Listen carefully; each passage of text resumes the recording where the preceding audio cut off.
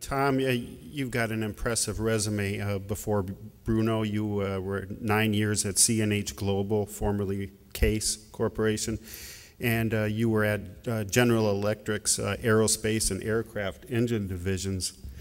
So you've been around the block a time or two, and last night at your company's website, I noticed your company has job openings for a laser press operator, a production welder, and a receiving material handler.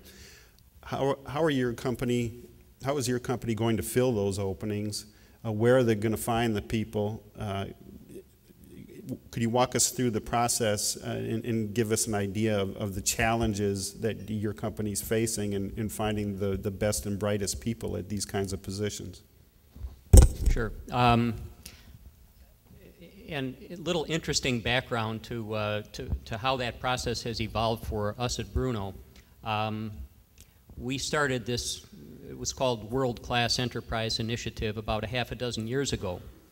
And we wanted to get all our employees engaged in making us a lean enterprise, lean business. And we had outside consultant who would come in and do some benchmark assessments.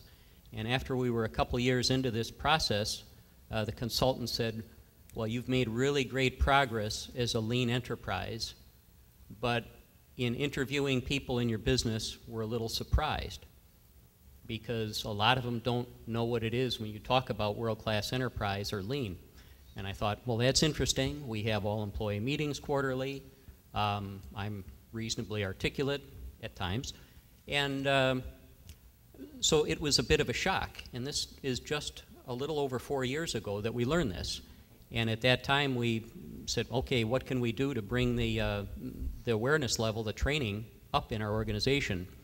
And we were fortunate to receive a WAT grant, a Workforce Advancement Training Grant from the state, and then we got through WCTC.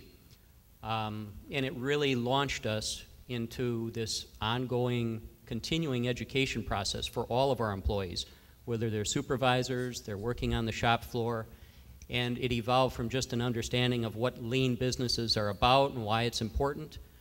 But most recently, in the past year, we've had all employee training on things like effective listening and effective communication and problem solving, so we can get everyone engaged in that process. So we've received 3 WAT grants, and that's helped us a lot. And we really linked up with WCTC through that process. And we're planning on continuing to do that, but this training and education is kind of baseline, and that doesn't mean I don't want any more grants, Joe. I do. But we're going to continue to leverage that as much as possible.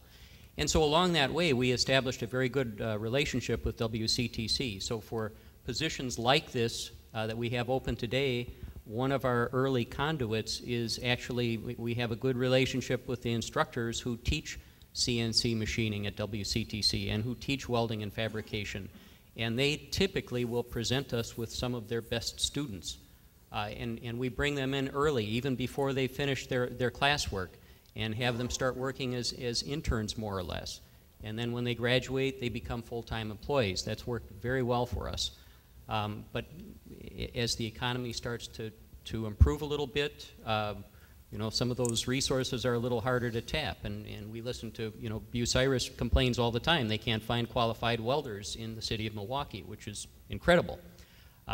So we've used that as a conduit, but we go out and we do the same job searches everyone else does, but we do focus a lot on getting the right people on the bus, and that's that Good to Great book we all heard about. That's the key thing. And so when we look,